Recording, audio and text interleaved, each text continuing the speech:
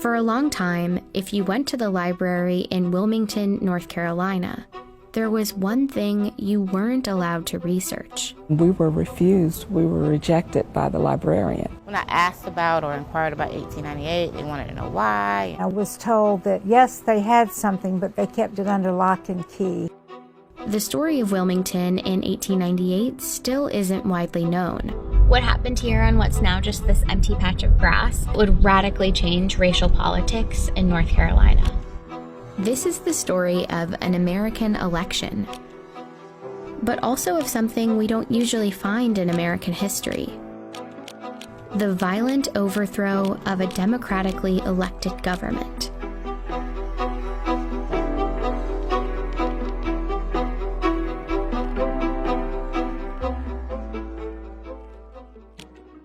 In the late 1800s, Wilmington, North Carolina was the state's largest city. It had a majority black population, and historians today describe it as a rarity in the post-Civil War American South. Wilmington, prior to November 1898, was what the New South could be at the cusp of the 20th century. There was an unusual degree of black prosperity. In Wilmington, there were successful black entrepreneurs, doctors, teachers, but also black elected officials. And for a time, that was true throughout the state. Take a look at the politicians on this poster of the 1889 North Carolina House of Representatives. Here at the bottom are black Republican representatives, some from Wilmington. North Carolina also sent 4 black Republicans to the U.S. Congress between 1875 and 1899.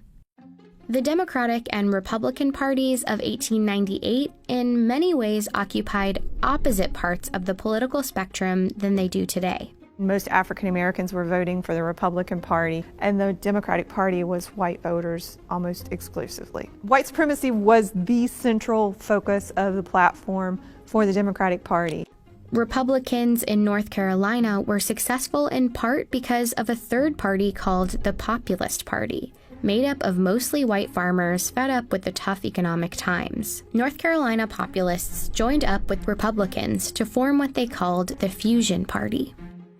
And in the elections of 1894 and 1896, the Fusion Party defeated the Democrats in sweeping victories statewide. That meant North Carolina now had a government that shared power between black and white politicians, including a newly elected Republican governor. Together, they moved towards reforms that would favor black Americans and working class whites. This was something that the Democratic Party folks were simply not going to accept.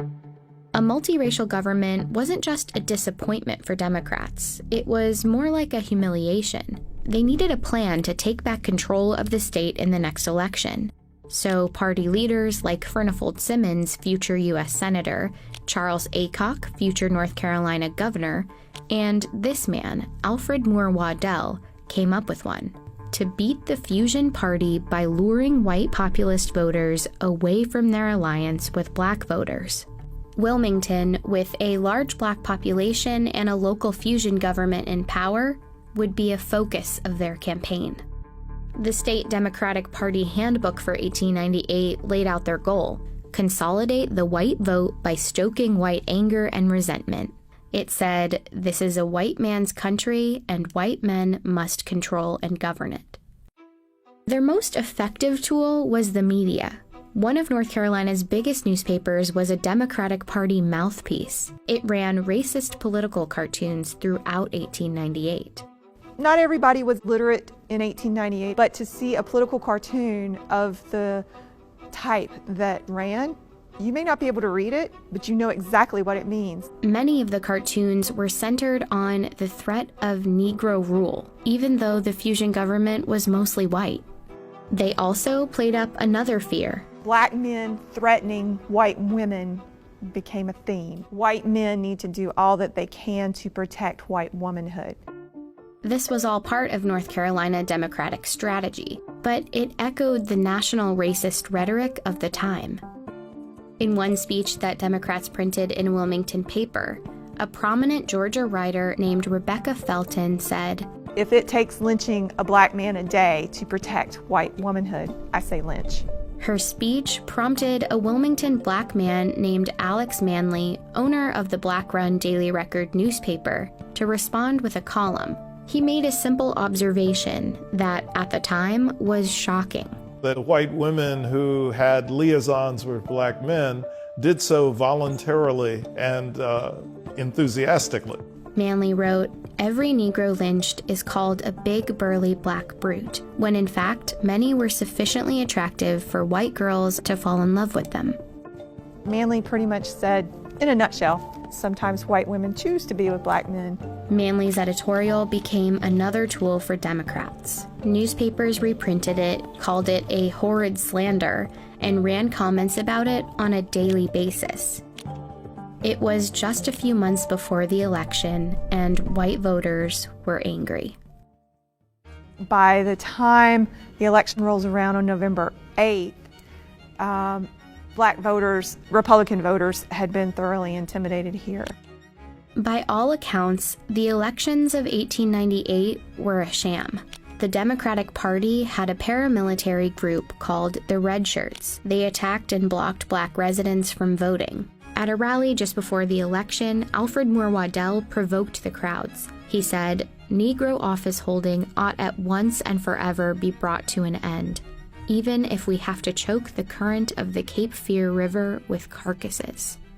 The votes were counted, and the Democrats won. Democratic candidates won every seat they had a candidate up for election in. But some local fusionist politicians remained in power because their seats hadn't been up for re-election, like the white Republican mayor and the Board of Aldermen. And of course, the election did nothing to undo the economic power black folks held in the city. The Democrats had won the election, but their goal of total white supremacist control remained out of reach.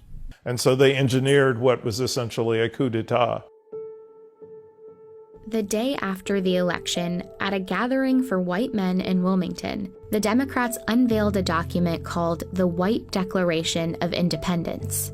It contained an ultimatum. Cynthia Brown, whose descendants were in Wilmington back in 1898, is a historian at her church where there's a preserved copy of the declaration from the next day's newspaper. "We will no longer be ruled and will never again be ruled by men of African origin."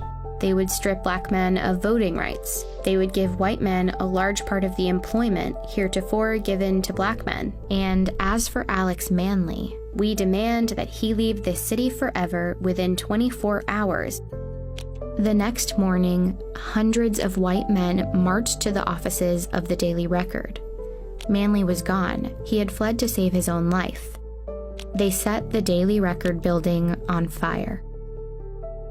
This is where it once stood. Once the white leadership destroyed Alex Manley's printing press, they destroyed one way in which the African American community in Wilmington could organize itself and keep itself informed. At City Hall, the mayor and Board of Aldermen were forced out. There's 200 armed men in City Hall at the time. They didn't do it of their own free will. And as they resigned, a new member selected by the Democratic Party was voted into office. Waddell, who once threatened to fill the Cape Fear River with black bodies, was the new mayor of Wilmington. Meanwhile, the mob had grown to about 2,000 men, and the violence spilled into the streets. In these photos, X's mark where the first black residents were killed.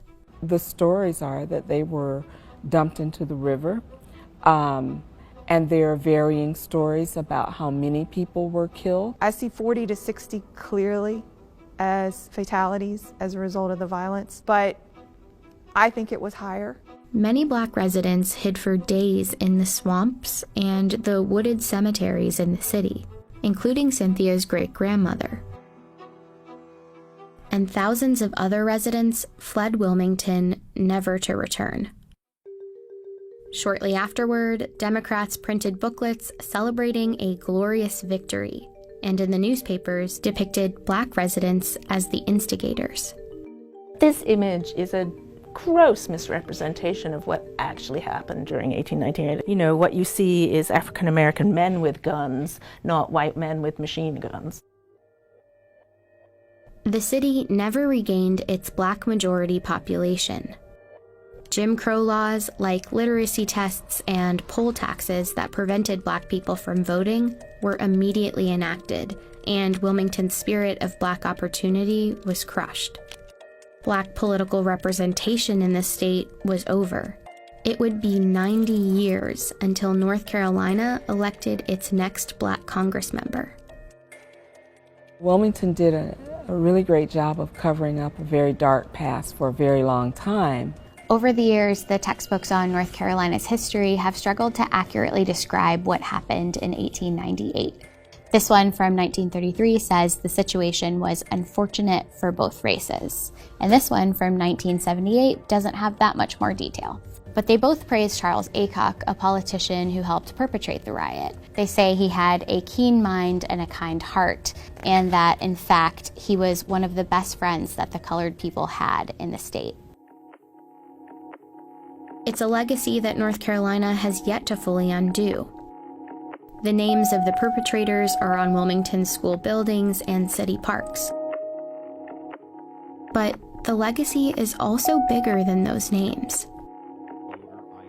Turn on the news, and the state's long history of political suppression echoes. We turn to a strict new voter ID law in North Carolina. Racial gerrymandering and a push for new voting maps. The court says the Republican-led legislature redrew congressional districts along racial lines, violating the Constitution. There's a tremendous amount of intimidation that is still felt by the black community. It doesn't have to be mass mayhem and violence in the streets. The strategy shifts towards designing state laws in such a way that you could exclude blacks from voter participation. The subliminal pursuit of continuing the white Declaration of Independence. And if you don't see it for what it really is, it can happen all over again.